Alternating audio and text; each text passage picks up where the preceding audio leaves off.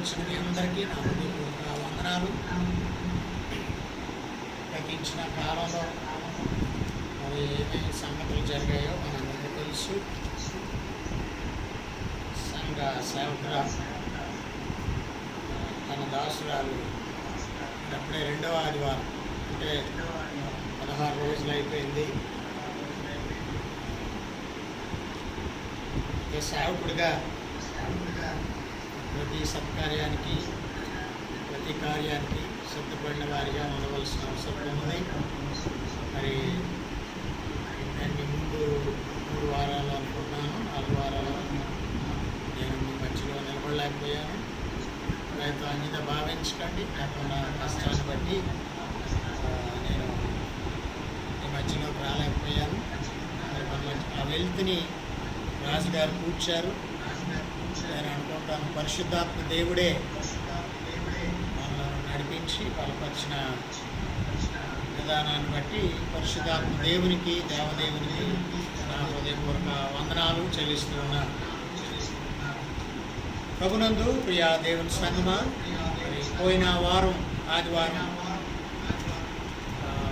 Reverend G John Prasad గారు శ్రమ అనేటువంటి మాటను గురించి ఒక చక్కని వాక్య సందేశాన్ని ఆలపించారు. మనందరికీ తెలుసు, విన్నాము. చాలా చక్కని మాట వారు తెలియపరిచారు. ప్రభునందు ప్రియా దేవుని సంగమా, మరి ఈ దినాన్ని కూడా అదే మాట మీద నేను కొనసాగించాలి, అదే మాటను తెలియపరచాలి అనేటువంటి ఆశ కలిగి నేను సిద్ధపడి మీ దగ్గరకు వచ్చాను. పరిశుద్ధాత్మ దేవుడు నడిపించి బలపరచులాగున ఇక్కడ ఉన్న వారందరూ కూడా ప్రార్థన పూర్వకంగా కూర్చోవాలని ప్రభుని బట్టి నేను మిమ్మల్ని కోరుతూ ఉన్నాను. మరి నాతో పాటు మందిరంలో ఇమ్మాన్యుయల్ గారు, అన్నగారు, జెస్సీ, వారి బిడ్డలు, మరి ముఖ్యంగా దిలీప్ కుమార్ మన మధ్యలో ఉన్నారు. మరి వారిని బట్టి వారి తరఫున కూడా మీకు వందనాలు తెలియపరుస్తూ ఉన్నాం. ఆర్గనైజ్ చేస్తున్నటువంటి రాజుగారిని బట్టి, చేరువచ్చిన మీ అందరిని బట్టి నా హృదయపూర్వక వందనాలు చెల్లిస్తున్నాను. ప్రియమైనటువంటి వాళ్ళరా, మరి బైబిల్ గ్రంథము పరిశుద్ధ గ్రంథము, బైబిల్ గ్రంథంలో ఉన్న ప్రతి మాట కూడా ఎంతో అర్థవంతమైంది, ఎంతో శక్తివంతమైంది, ఎంతో ప్రేరణ ఇచ్చేటువంటిది. ఇటువంటి మాటలు మనం చూస్తూ ఉన్నాం, చదువుతూ ఉన్నాం. మరి ఇన్ని మాటలు ఈ 66 గ్రంథాల్లో కీర్తనల గ్రంథానికి ఒక ప్రత్యేకత ఉంది. కీర్తనల గ్రంథము చదువుతూ ఉంటే ఎంత దుఃఖంలో ఉన్నా కూడా ఓదార్పు, అంటే బైబిల్ అంతా కూడా అవుతుంది, కానీ మన సందర్భానికి ఖచ్చితంగా సరిపడే మాటలు కీర్తన గ్రంథంలో దేవుడు పొందుపరిచాడని నేను తలుస్తూ ఉంటాను. నా అనుభవం, కొందరికి కొన్ని మాటలు చదివి వారు ఆదరణ పొందుకుంటారు, బలాన్ని పొందుకుంటారు. కానీ నా అనుభవంలో కీర్తన ఎప్పటికప్పుడు ప్రతి సందర్భాన్ని నొక్కి చెప్పేటువంటి సందర్భాలు కీర్తనల గ్రంథంలో మనం చూస్తాం. 150 కీర్తనలో ఉన్నటువంటి కీర్తనల గ్రంథము ఒక ఉన్నతమైనటువంటి ఒక ఆధ్యాత్మిక విలువలు కలిగినటువంటి గ్రంథముగా ఆ కీర్తనలు మనం చూస్తూ ఉంటాం. అందులో ప్రార్థనలు ఉన్నాయి, అందులో ఆరాధన ఉంది, స్తుతి ఉంది, కృతజ్ఞతలు ఉన్నాయి, ఇలాగ పశ్చాత్తాపం ఉంది, మొరపెట్టుకోవడం ఉంది, కన్నీరు కార్చడం ఉంది, అంగలార్చడం ఉంది, ఓదార్పు పొందుకోవడం ఉంది. ఇవన్నీ కూడా మనం చూస్తూ ఉంటాం. అయితే ఈ దినాన్ని ఒక మాట నేను మీ దగ్గరకు తీసుకురావాలని ఆశపడుతున్నాను. 120వ కీర్తన, 120వ కీర్తన. ఈ కీర్తన మొదటి మాట చూసినప్పుడు, నా శ్రమలో నేను యెహోవాకు మొర్రపెట్టి తిని ఆయన నాకు ఉత్తరం ఇచ్చాను. మరి కీర్తన దీనికి ముందు 121వ కీర్తన. దీని తర్వాత సహోదరి 2 వారాల క్రితం జ్యోతి గారు చక్కని అద్భుతమైన సందేశాన్ని అందించారు. మనందరం ఆలకించాం, నేను కూడా ఆలకించాను. చాలా చాలా ఓదార్పు, చాలా బలము, అన్నికి ఆ మాటలు, వారి మాటలు దేవుని వాక్యంలో తెలియపరిచారు. దానిని బట్టి కూడా వారికి నా హృదయపూర్వక వందనాలు తెలియపరుస్తూ ఉన్నాను.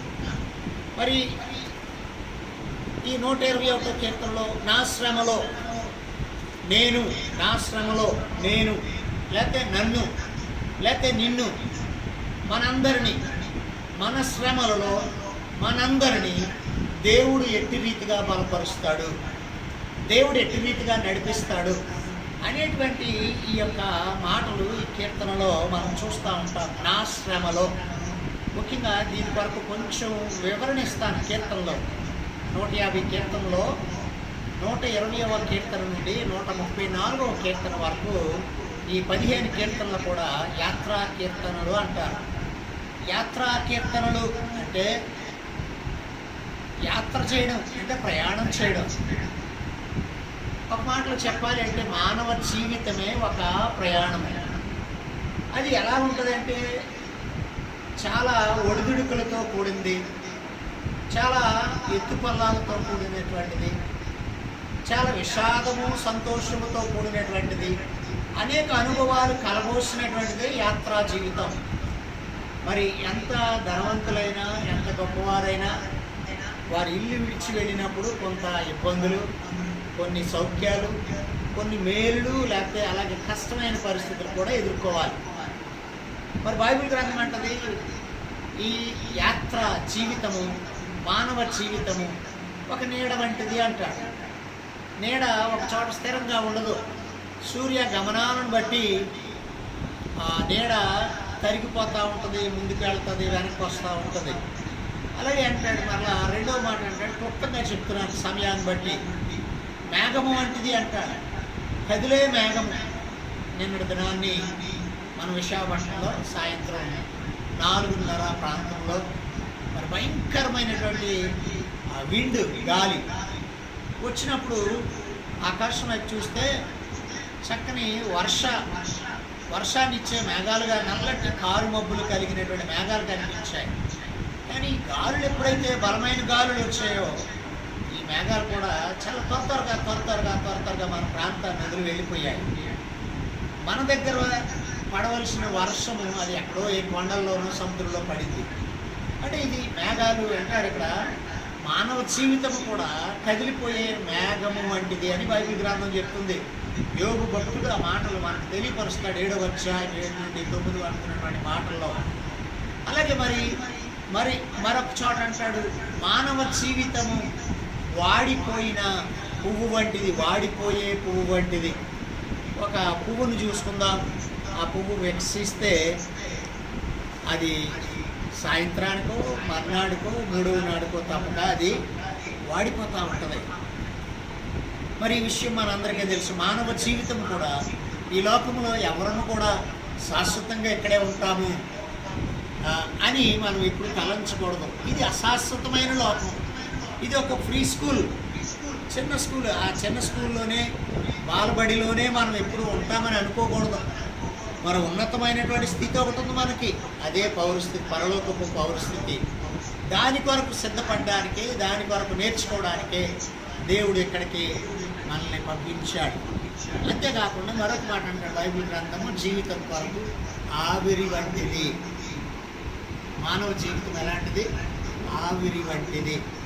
ఆవిరి చూడండి, ఏదైనా మనం స్టవ్ మీద పెట్టినప్పుడు ఆ పాత్రలో ఏదైనా ఉడికిందా లేదా అని మూత ఇలా తీసినప్పుడు ఆవిరి ఒకసారి వస్తుంది, అది వెళ్ళిపోయి ఎక్కడికి ఏమవుతుందో తెలియనటువంటి స్థితి. మరి మరొక మాటలో చూసినప్పుడు గడ్డి వంటిది అంటారు. గడ్డి పెరుగుతుంది, చాలా పచ్చగా ఉంటుంది, ఎత్తు పెరుగుతుంది. ఎండ వచ్చిందంటే, ఋతువు మారిందంటే ఆ గడ్డి వాడిపోతూ ఉంటుంది. ఇది మానవ జీవితం, ఇది యాత్రా జీవితం. ఈ మానవ జీవితంలో ఈ అనుభవాలన్నీ సర్వసాధారణమే. నేను అనుకున్నాను, నా భార్య నన్ను చాలా ప్రేమించింది, నేనంటే చాలా ఇష్టం. ఎప్పుడూ నేను లేకుండా బయటకు వెళ్ళడానికి కానీ, ఈవెన్ మందిరానికి కూడా రావడానికి కానీ ఇష్టపడదాం. నేను అనుకుని తలస్తూ ఉంటే దేవుని యొక్క తీర్పును మనం వ్యతిరేకించకూడదు. ఈరోజు ఆమె అయింది, రేపు నేనే ఉంటాను. ప్రతి ఒక్కరూ ఒకరి తర్వాత ఒకరు వెళ్ళేవారమే. ఈ యాత్రలో అందరం కూడా పాలిభాగస్థలమే. నా బిడ్డలు గుండెలు కొట్టుకుని గుండెలు అవిసేలా ఏడుస్తూ ఉంటే నాకు ఈ మాటలు గుర్తొచ్చాయి. తప్పదు, కొన్ని పరిస్థితుల్లో మనకంటే ముందు బిడ్డలు వెళ్ళిపోతూ ఉంటారు, మనకంటే మన చిన్నవారే ముందు వెళ్ళిపోతూ ఉంటారు, మన ప్రియులే మన ఆత్మీయులే ముందు వెళ్ళిపోతూ ఉంటారు. యాత్రా జీవితం ఇది. కాబట్టి ఈ యాత్రా జీవితము దేవుడు మనల్ని నడిపిస్తున్న రీతిని బట్టి మనం నడుచుకోవాలి, సిద్ధముగా ఉండాలి అనేటువంటి సత్యాన్ని మనం గుర్తుంచుకోవాలి. అయితే ఈ కీర్తనకారుడు ఇక్కడ చెప్తా ఉన్నాడు, యాత్రా కీర్తనకి హీబ్రూలో ఒక అర్థం ఉంది. ఏంటంటే ఎక్కి వెళ్ళుట. యాత్ర అనేటువంటి మాటకి ఎక్కి వెళ్ళుట.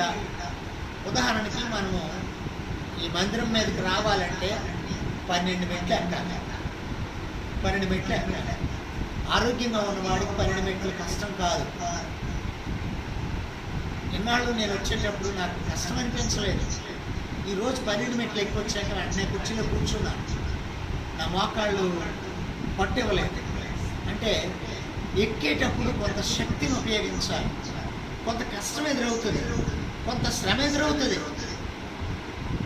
అవసరం అనుకుంటే బాధ కూడా పడతాం. అదే రీతిగా మానవ జీవితం ఎక్కి వెళ్ళడం, ఒక చిన్న మెట్టను ఎక్కాలంటే, ఒక పర్వతాన్ని ఎక్కాలంటే, ఒక 5 అంతస్తుల బిల్డింగ్ ఎక్కాలంటే ఇదంతా కూడా చాలా కష్టంతో కూడినటువంటిది. అందుకే హీబ్రూలో అటువంటి అర్థాన్ని యాత్ర అనే మాటకి ఎక్కి వెళ్ళుట అనేటువంటి మాటను మనం చూస్తూ ఉంటాం. మరి ఈ మాట ఈ కీర్తనలో అబద్ధీకుల పట్ల, అలాగే మోసగాళ్ల పట్ల సరి అయిన సమయంలో వారికి తీర్పు కలదు. ఒకవేళ నీకు మనుషుల ద్వారా శ్రమలు వస్తాయి, పరిస్థితుల ద్వారా శ్రమలు వస్తాయి, నువ్వేమీ తొట్టుబాటు చెందవలసిన అవసరం లేదు. ప్రతి ఒక్కరికి తీర్పు అనేది ఉన్నది. ఆ తీర్పు కొరకు మనము సిద్ధపాటు కలిగి ఉండవలసిన అవసరత ఉన్నది అనే సత్యాన్ని మనం గుర్తుంచుకోవాలి. మరి యాత్రా కీర్తనలు 15 కీర్తనలు అని మనకు ముందు తెలుసు, ఇప్పుడు చెప్పాను. ఈ 15 కీర్తనలు కూడా 3 3 3 3 3 5 3 15 5 3 15 ఈ 15 కీర్తనలో ఒక చక్కని గమ్మత్తు మనకు కనిపిస్తూ ఉంటుంది. ఏంటంటే మొదటి కీర్తన, ఈ 120వ కీర్తన సమస్యతో కూడిన కీర్తన. మానవ జీవితము సమస్యతో కూడి ఉండొచ్చు. అయితే రెండవ కీర్తన 121వ కీర్తన నమ్మకంతో కూడిన కీర్తన. మూడవ కీర్తన విషయముతో కూడిన కీర్తన. చూడండి ఎంత గమ్మత్తుగా ఉందో ఈ కీర్తనలు. యాత్రా కీర్తనలో మనం చూస్తున్నటువంటి ఈ అద్భుతమైన అనుభవాలు మనం చూస్తూ ఉంటాం. ఏంటంటే మొదటిది ఏంటి? సమస్య. 120వ కీర్తనలో మనకి సమస్య కనిపిస్తూ ఉంది. ఏమన్నాడు? సమస్య, శోధన, వేదన, కష్టము, నష్టము. మన వాళ్ళు మనతో ఉండకపోవడం, మన వాళ్ళు మనలను ఆదరించకపోవడం, మన వాళ్ళు మనలను ప్రేమ ఉంటుంది కానీ దాన్ని కనుపరచలేకపోవడం. ఈ స్థితులన్నీ కూడా ఇక్కడ కనిపిస్తూ ఉంటాయి. సమస్యాత్మకమైన జీవితంగా ఉంటుంది. మరి కీర్తనలో రెండవ మాట ఏంటంటాడు? 121వ కీర్తనలో చూసినప్పుడు నమ్మకం కనిపిస్తూ ఉంటుంది. దేవుని సన్నిధిలో దేవుని మీద ఆధారపడిన వానికి ఆయన నమ్మకస్తుడు. నమ్మకము ఏమన్నాడు ఇక్కడ ఆ కీర్తనలో? కొండగ తట్టు నా కన్నులు ఎత్తుచున్నాను, నాకు సహాయం ఎక్కడి నుండి వచ్చును అంటే యెహోవా వలనే నాకు నమ్మకం కలుగుతూ ఉంది. మరి మూడవ కీర్తనలో 122వ కీర్తనలో చూసినప్పుడు అక్కడ చూడండి, యెహోవా మందిరమునకు వెళ్ళుదమని జనులు నాతో అనినప్పుడు నేను సంతోషించి తిని. యెరూషలేమా, మా పాదములని గుమ్మములను నిలుచుచున్నవి. యెరూషలేమా, బాగుగా కట్టబడిన పట్టణము వలె నీవు కట్టబడి ఉన్నావు. ఇలాగా చదువుతూ ఉంటే ఈ అద్భుతాలు మనకు కనిపిస్తూ ఉంటాయి. మొదటిది సమస్య, రెండవది నమ్మకము, మూడవది విజయం. ఇలాగా ఈ కీర్తనలో మీరు 15 కీర్తనలో కూడా చదివితే ఏంటండి ఆ 3 3 3 ఆ వరుస అలాగే ఉంటుంది. సమస్య ఉంటుంది, నమ్మకం ఉంటుంది, విజయం ఉంటుంది. మళ్ళా సమస్య ఉంటుంది. 123వ కీర్తన సమస్యతో ఉంటుంది. 124వ కీర్తన నమ్మకం ఉంటుంది. 125వ కీర్తన విజయంతో ఉంటుంది. 126వ కీర్తన సమస్య ఉంటుంది. 127వ కీర్తన నమ్మకం ఉంటుంది, 128వ కీర్తన విజయం ఉంటుంది. ఇలాగా ఈ 5 కూడా 5 3 15 కీర్తనలో ఈ 3 మాటల మీదే ఆధారపడి పరిశుద్ధాత్మ దేవుడు భక్తుల ద్వారా రచించినటువంటి అమూల్యమైన మాటలు ఇక్కడ మనం చూస్తూ ఉన్నాం. దేవునికి స్తోత్రం. ప్రియమైనటువంటి ఇంకా మరి కీర్తనల కొరకు భక్తులైన వారు ఏ ఏ సందర్భాలలో వారి యాత్రలో ఎప్పుడు ఈ పాటలు పాడారు, ఎప్పుడు ఈ కీర్తనలు వారు పాడుకోవచ్చు అంటే, ఇశ్రాయేలు ప్రజలు దేవుని మాటను ధిక్కరించినప్పుడు, దేవుని మాటను విననప్పుడు వారిని బబులోను దేశానికి చెరగా 70 సంవత్సరాలు తీసుకెళ్ళిపోయారు. అక్కడే దానియేలు, షడ్రకు, మేషకు, అబెద్నెగోవులు అనేటువంటి వారిని మనం చూస్తాం. అలాగే ఇంకా యెహెజ్కేలు అనే ప్రవక్తను కూడా చూస్తూ ఉంటాం. నెహెమ్యాను మనం చూస్తూ ఉంటాం. ఎజ్రాను మనం చూస్తూ ఉంటాం. రాణి అయిన ఎస్తేరును మనం చూస్తాం. వీళ్ళందరూ చెరలో ఉన్నటువంటి వారు, 70 సంవత్సరాల చెరలో. అయితే అన్యుడైనటువంటి రాజు అయిన కోరేషు లేఖన భాగాన్ని దానియేలు ఎత్తి చూపినప్పుడు ఆ మాటకు స్పందించి మీరు మీ దేశానికి వెళ్ళిపోండి అని వారికి స్వేచ్ఛని ఇచ్చినప్పుడు, స్వాతంత్రాన్ని ఇచ్చినప్పుడు, మరలా మందిరంలో ఉన్న బంగారపు ఉపకరణాలు, కొంత ధనము, కొంత ధైర్యము లేకపోతే సైన్యాన్ని ఇచ్చి వారిని పంపించినప్పుడు వారు తిరిగి వస్తున్న సమయంలో ఒకేసారి రాలేరు. సుమారు 700 కిలోమీటర్ల బబులోనికి, ఇశ్రాయేలు దేశానికి ఈ దూరం ఒకేసారి నడిచి రావాలి, లేదా కంచర్ గాడిదల మీద రావాలి. వారికి బానిసలుగా ఉన్నారు, గాడిదలు ఉండవు, నడిచే రావాలి, పిల్లలతో రావాలి. అంతేకాకుండా వారు చాలామంది భార్యలు ఉన్నారో చనిపోయారో తెలియదు, ఎందుకంటే చెరలోనికి వెళ్ళిపోయారు.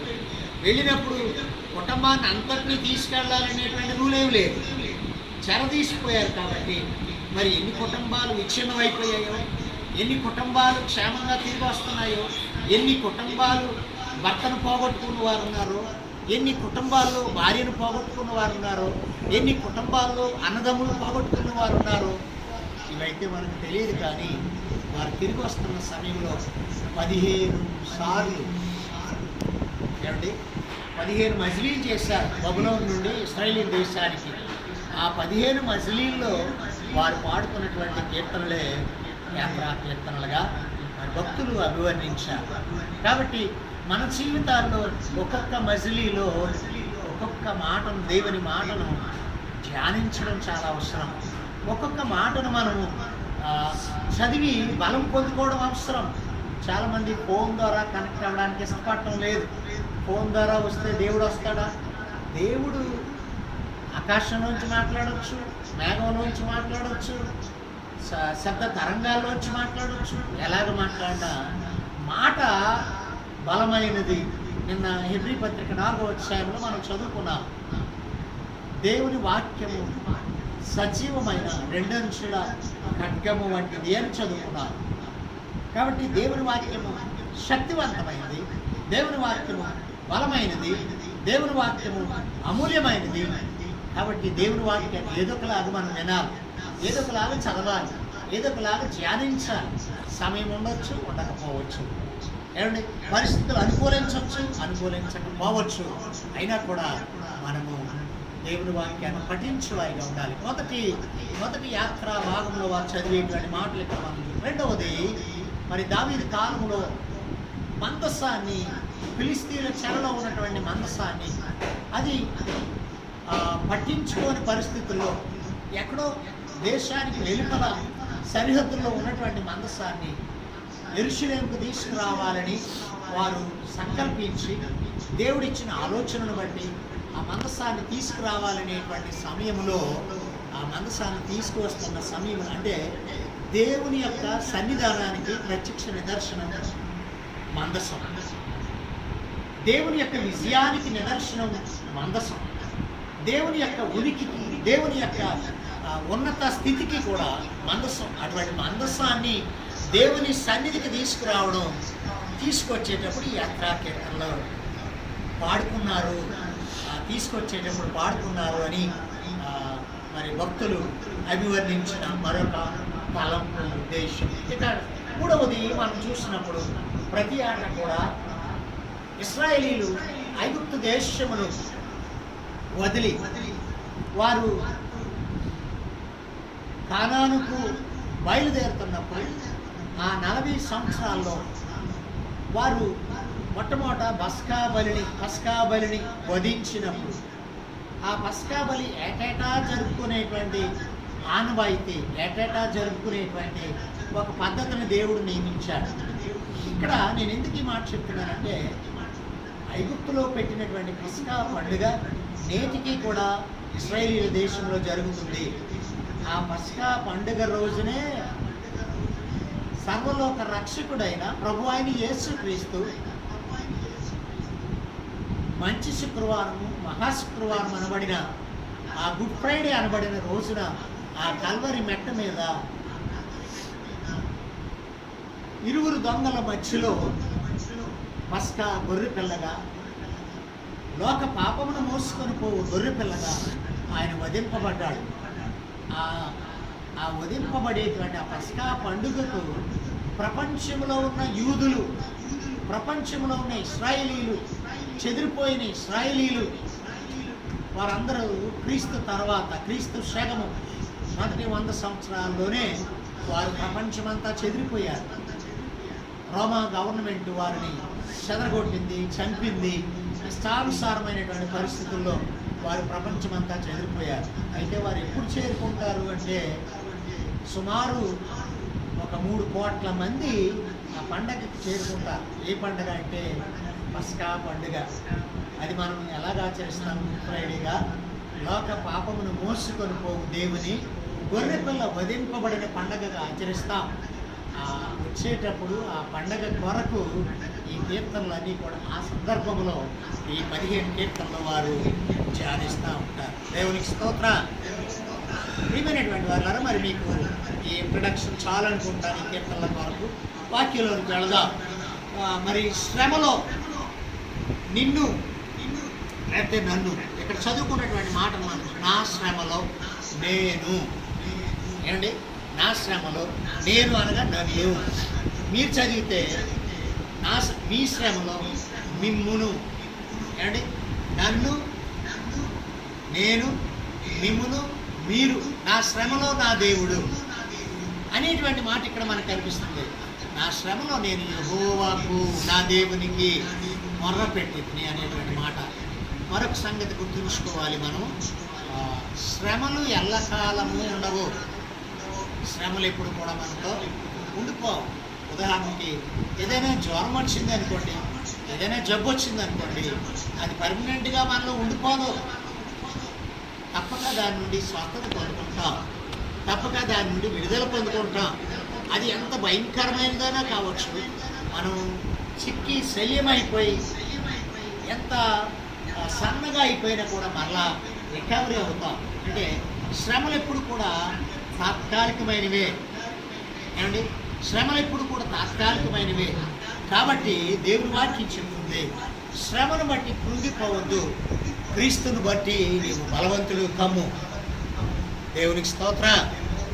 శ్రమ ప్రతి ఒక్కరికి వస్తుంది, కానీ ఆ శ్రమను బట్టి ఇక భూప్రపంచం మీద ఎవరికి ఏమి జరగలేదు అనేటువంటి ఆలోచన కాదు. కానీ మొన్నటి దినాన్ని 3వ రోజు అనుకుంటాను, నా భార్యను సమాధి చేసినటువంటి ఆ సమాధి తోట శాంతివనంలోనికి నా కుమార్తెలు నన్ను తీసుకెళ్ళమంటే వారు తీసుకెళ్తే నా చిన్న కుమార్తె, రెండవ కుమార్తె, ముగ్గురు కూడా గుండెలో అద్దుకొని, డాడీ మమ్మీ వెళ్ళిపోయింది, డాడీ మమ్మీ వెళ్ళిపోయింది, నీకు ఎలా వస్తుంది, ఇక్కడే ఉంది, లేపండి డాడీ అని నా హృదయాన్ని కలిసి వేసేటువంటి మాటలు వారు మాట్లాడుతుంటే తట్టుకోలేకపోతా ఉన్నారు. ఎలాగ ఓదార్చాలి ఈ బిడ్డల్ని, ఎలాగ ఓదార్చాలి? మేము నలుగురు ఉన్నాం, ఉంటే చాలా కష్టంగా ఉంది పరిస్థితి. అప్పుడు దేవుడు నాకు ఒక తలంపు ఇచ్చాడు. ఇచ్చి, అమ్మ, బైబిల్ గ్రంథాన్ని ఒకసారి మనం జ్ఞాపకం చేసుకుందాం. మరణం అనేటువంటిది మానవునికి అది ముగింపు కాదు. మానవునికి మరొక మెట్టు, మరొక అంతస్తు, మానవునికి ఒక గొప్ప ఉన్నతమైన స్థితికి వెళ్ళే ద్వారం అది. అంటే డాడీ ఇలాంటి పరిస్థితి లోకంలో ఎవరికి రాదు అని చెప్తున్నప్పుడు వాళ్ళు ఏడుస్తున్నారు. నేను కూడా దుఃఖాన్ని దిగమింగుకొని వారిని సముదాయించుకుంటూ బయటికి తీసుకొస్తున్నాను. సమయం అవుతుంది, 12 లోపు వచ్చేయాలి. ఈ పరిస్థితుల్లో వారిని తీసుకొస్తుంటే ఫ్యామిలీ, ఒక సహోదరి, ఆమె బిడ్డలు గుండెలు బాదుకుంటూ మాకు ఎదురుగా వస్తూ ఉన్నారు. అప్పుడు నేను చెప్పాను, చూడమ్మా, వారి తల్లి వారి భర్త చనిపోయినారు. శ్రమ అందే కాదు, ఈ లోకంలో అందరికీ వచ్చేదే. కాబట్టి శ్రమను బట్టి మనం కృంగిపోకూడదు. ఆమెకు చూపించిన తర్వాత ఆ బిడ్డలు ఆమె ఏడుస్తున్న రీతిని చూసి నా బిడ్డలు అప్పుడు కొంచెం ఉపశమనం పొందారు. అక్కడి నుండి బయటకు రావడానికి ఆ ఇన్సిడెంట్, అంటే శ్రమ ప్రతి ఒక్కరికి వస్తుంది, కానీ కృంగిపోయే వారిగా ఉండకూడదు. మరి ముఖ్యంగా క్రైస్తవులమైన మనము క్రీస్తు వైపు చూసి విషయాన్ని పొందుకునే వారిగా ఉండవలసిన అవసరం మనకి ఎంతైనా ఉన్నది అని దేవుని వాక్యం సెలవిస్తూ ఉంది. మరి కొన్ని మాటలు నేను చెప్తాను. ఒకవేళ ఈ వారం అవ్వకపోతే ఎన్ని మాటలైతే అన్ని మాటలే చెప్పుకొని వచ్చేవారం కూడా దాన్ని కంటిన్యూ చేద్దాం. ప్రియమైన వారులారా, మన దయతో మీరు అవకాశం దొరికినప్పుడు ఈ కీర్తనలు, ఈ 15 కీర్తనలో కూడా ఈరోజు ఈ వారంలోనూ మీరు చదవడానికి, వ్యక్తిగతంగా మీరు చదవడానికి ప్రయత్నించండి.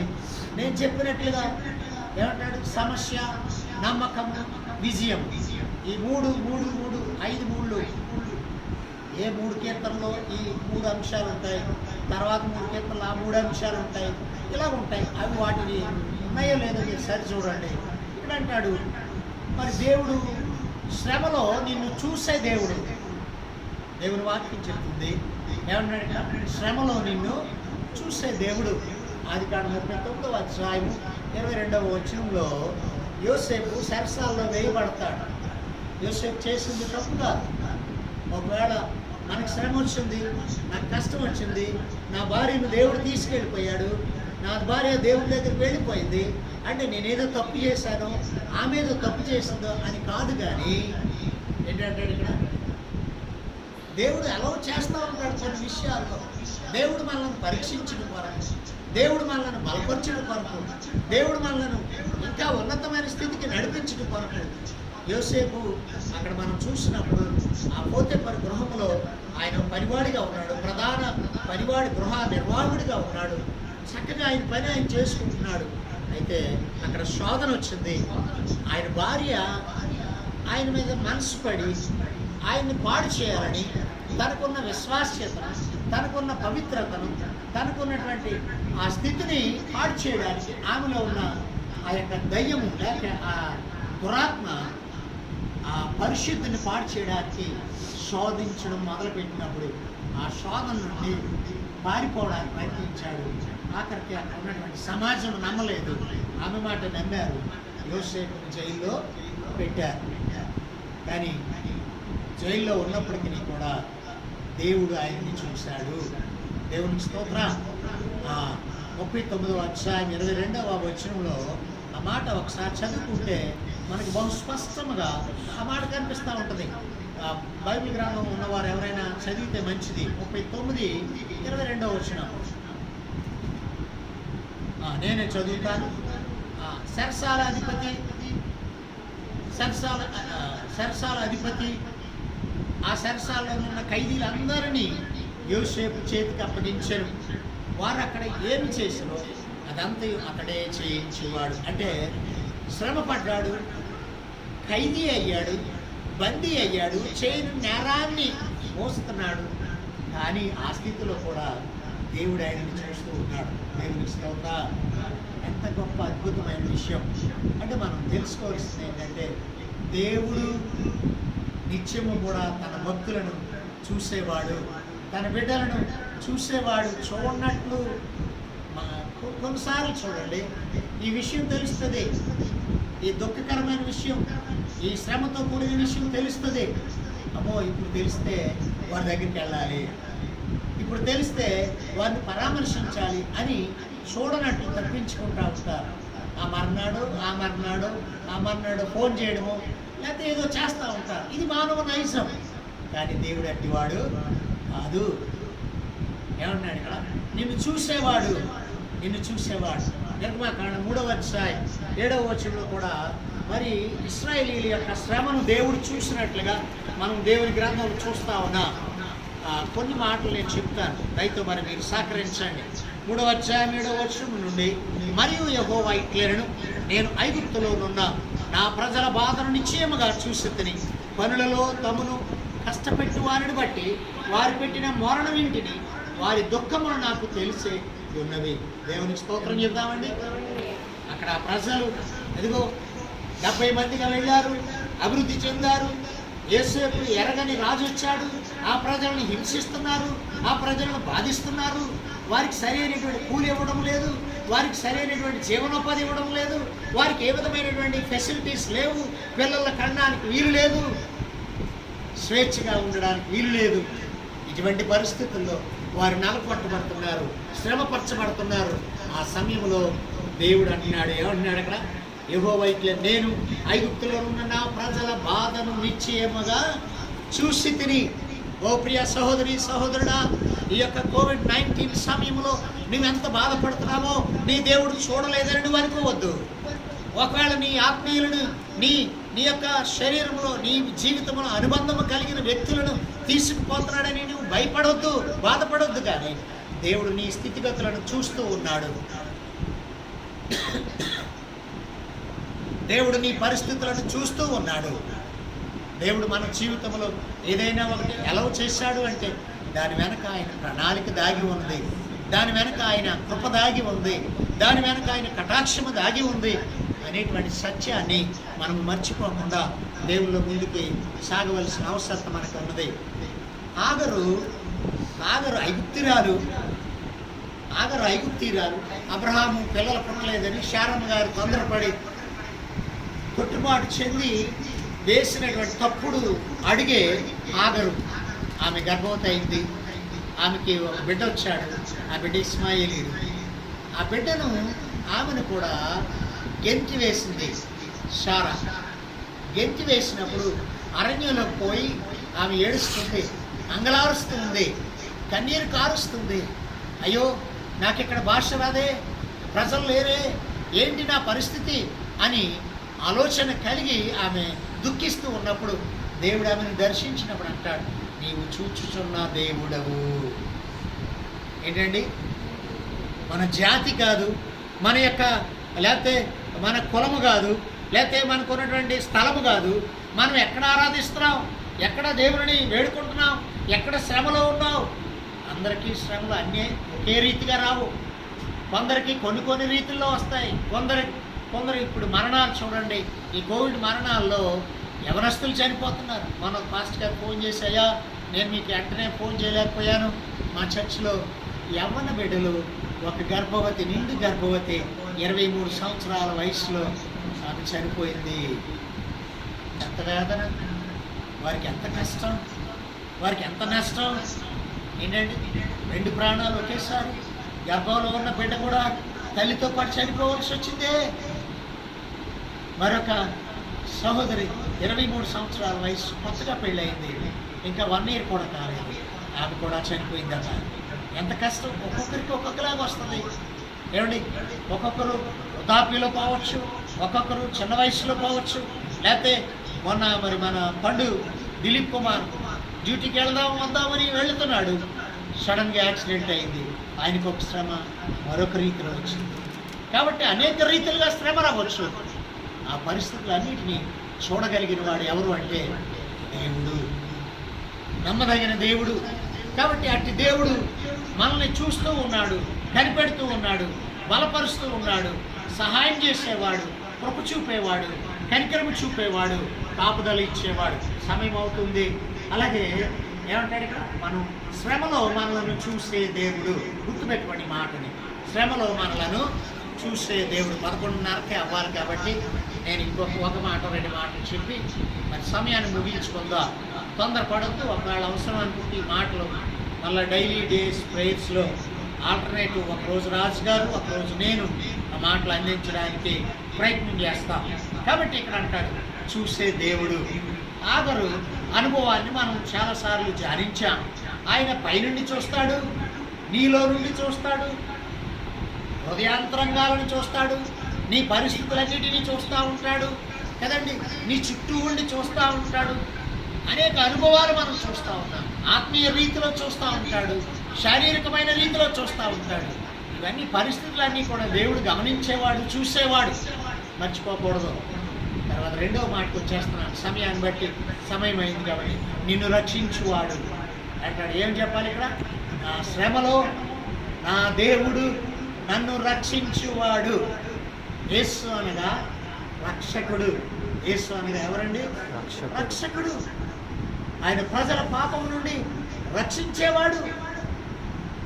ఈ ప్రజలు వారు చేసినటువంటి మొదటి మానవుడు చేసిన పాపాన్ని బట్టి, వారి అవిధేయతను బట్టి, ఇదిగో ప్రజల యొక్క అక్రమ స్థితిని బట్టి, వారి పడిన స్థితిని బట్టి, వారికి ఉన్న మరణ బంధకాలను బట్టి, వారికి ఉన్న శాపపు బంధకాలను బట్టి వారు బ్రగ్గిపోతున్నప్పుడు, నిత్య నరకాగ్నికి లోనైపోతున్నప్పుడు ఈ ప్రజలు ఇలా పోవడం ఆయనకి ఇష్టం లేక ఆయన రక్షించే రక్షకుడుగా దేవుడు మాట్లాడుతూ ఉన్నాడు. నిన్ను రక్షించే రక్షకుడు. రెండవ సమూయేలు 22వ అధ్యాయం 28వ వచనం. 2 సమూయేలు 22వ అధ్యాయం 22వ వచనం. ఒక మాట చూడండి. నేను మరలా ఈ మాట కొరకు నేను తర్వాత డైలీ ప్రేయర్స్లో ధ్యానించాలని అనుకుంటున్నాను. ఎందుకంటే ఇది పూర్తి చేయలేము కాబట్టి, చాలా పెద్ద పాఠం ఇది, చాలా చక్కని మాటలు కాబట్టి వీటిని మనం ధ్యానం చేసుకుందాం. ఏమన్నాడు ఇక్కడ? 22, 28. శ్రమపడు వారిని నీవు రక్షించదువు. ఎవరు రక్షిస్తాడు ఆయన? శ్రమపడేవారిని, కష్టపడేవారిని, ఇబ్బందులలో ఉన్నవారిని, ఇరుకులలో ఉన్నవారిని ఆయన రక్షించే దేవుడు, రక్షకుడు. ఆయనే ప్రభు, ఆయన యేసుక్రీస్తు. మన విశ్వాసం కొన్నిసార్లు అనుకుంటాం, పాస్టర్ గారు చాలా ప్రార్థన పర్రాలు, పాస్టర్ గారు చాలా భక్తి కలిగినామే, అనేకులకు చెప్పినామే, ఎందుకు చనిపోయింది అని మనం ప్రశ్నించకూడదు. కానీ దేవుని చిత్తాన్ని బట్టి, దేవుని ఉద్దేశాన్ని బట్టి ఆమెను రక్షించాడు దేవుడు. ఈ భారం ఏమీ ఉండదానికి. వంట చేయాలి, పెందల కాడ చర్చికి వెళ్ళాలి, బట్టలు ఉతుక్కోవాలి, అంట్లు తోముకోవాలి, ఇలాంటి హెలోక శ్రమలేమీ ఉండవు. ఆమె దేవుడు ఇచ్చిన, నిన్న హెబ్రీ పత్రిక 4వ అధ్యాయంలో విశ్రాంతి అనే మాట, విశ్రాంతిలో ప్రవేశించారు వారు. దేవునికి స్తోత్రం. ఏమండి? రక్షకుడు. 16వ కీర్తన 9వ వచనములో మరొక మాట కనిపిస్తూ ఉంటుంది. 16వ కీర్తన 9వ వచనం.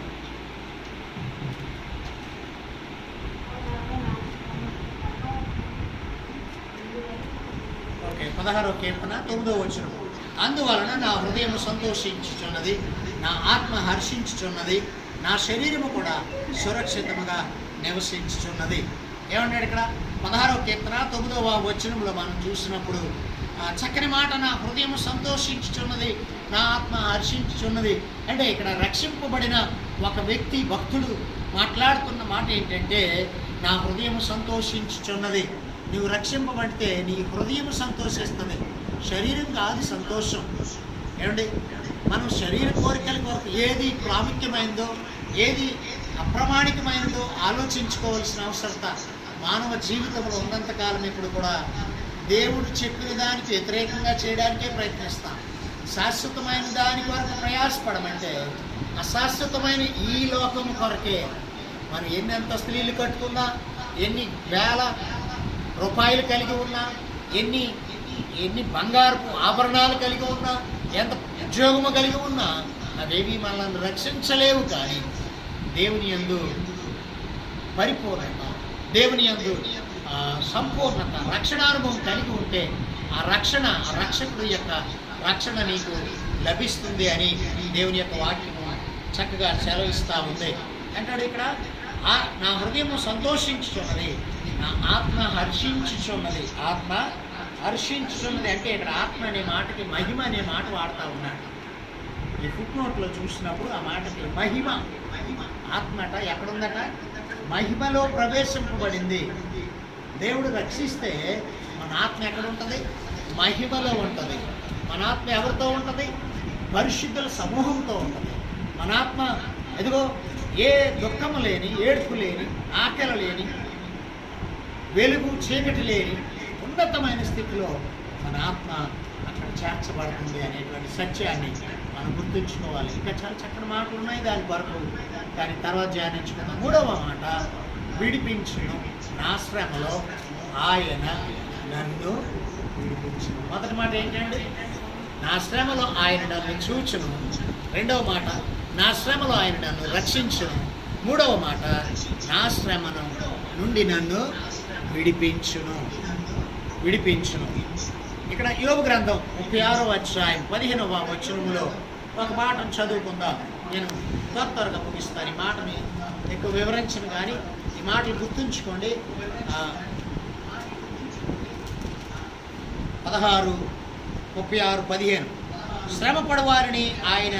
శ్రమపడువారిని వారికి కలిగిన శ్రమ వలన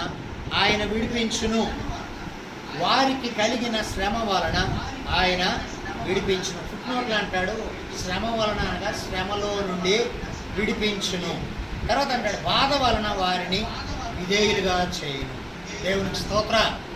విడిపించే దేవుడు, రక్షించే దేవుడు, చూసే దేవుడు, ఇంటి గొప్ప దేవుడు మనకున్నాడు. కాబట్టి మనము బలహీనపడవలసిన అవసరం లేదు, మనము నిరుత్సాహపడవలసిన అవసరం లేదు, అవిశ్వాసంలోనికి జారిపోవలసిన అవసరం లేదు. మన ఆశ్రమలో నీవు యెహోవాకు మొరపెడితే ఆయన నిన్ను చూస్తాడు, ఆయన నిన్ను రక్షిస్తాడు, ఆయన నిన్ను విడిపిస్తూ ఉంటాడు.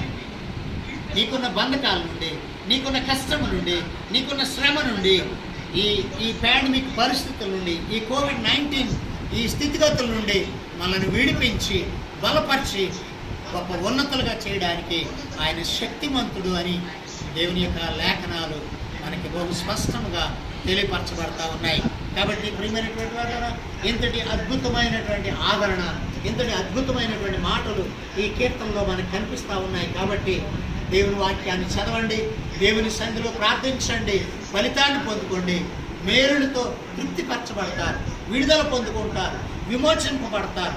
మీ ఆత్మ మహిమలోనికి కొనుక్కోబడుతుంది. దేవుని రాజ్యములో, దేవుని ఉన్నతమైన ఆ సింహాసనమును దగ్గరకు మనం చేర్చబడతాం. అది శాశ్వతమైంది. ఈ భూమి మీద ఉన్న సమస్త కృత్యములు లయమైపోతాయి. ఇవి అశాశ్వతమైనవి. వీటి కొరకు కాదు మనం చూడవలసింది.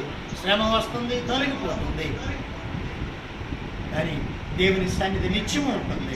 అటువంటి శాశ్వతమైన దాని కొరకు నీకు వచ్చిన శ్రమను బట్టి నువ్వు మొరపెడితే ఆయన నిన్ను చూస్తాడు, నిన్ను రక్షిస్తాడు, నిన్ను విడిపిస్తాడు. ఈ మాటలు హృదయంలో స్మరించుకుంటూ దేవుని ప్రార్థించే వారిగా ఉండాలని ఈ కొద్ది మాటలు చెప్పి నా మాటలు ముగిస్తూ ఉన్నాను. దేవుడు మిమ్మును, మీ కుటుంబాలను, మరి ముఖ్యంగా నాకు సహకరించి, నన్ను ప్రేమించి, నన్ను ప్రోత్సహించిన, మరి ఎంతో చక్కగా మీ అమూల్యమైనటువంటి ఆతిథ్యాన్ని నాకు, నా బిడ్డలకు కూడా మీరు సుమారు 15 రోజులు మీరు అందించారు. దానిని బట్టి కూడా ప్రత్యేక కృతజ్ఞుని వందనాలు తెలియపరుస్తూ నా మాటలు ముగిస్తూ ఉన్నాను. దేవుడు మనల్ని దీవించి ఆశీర్వదించును గాక. ఆమేన్.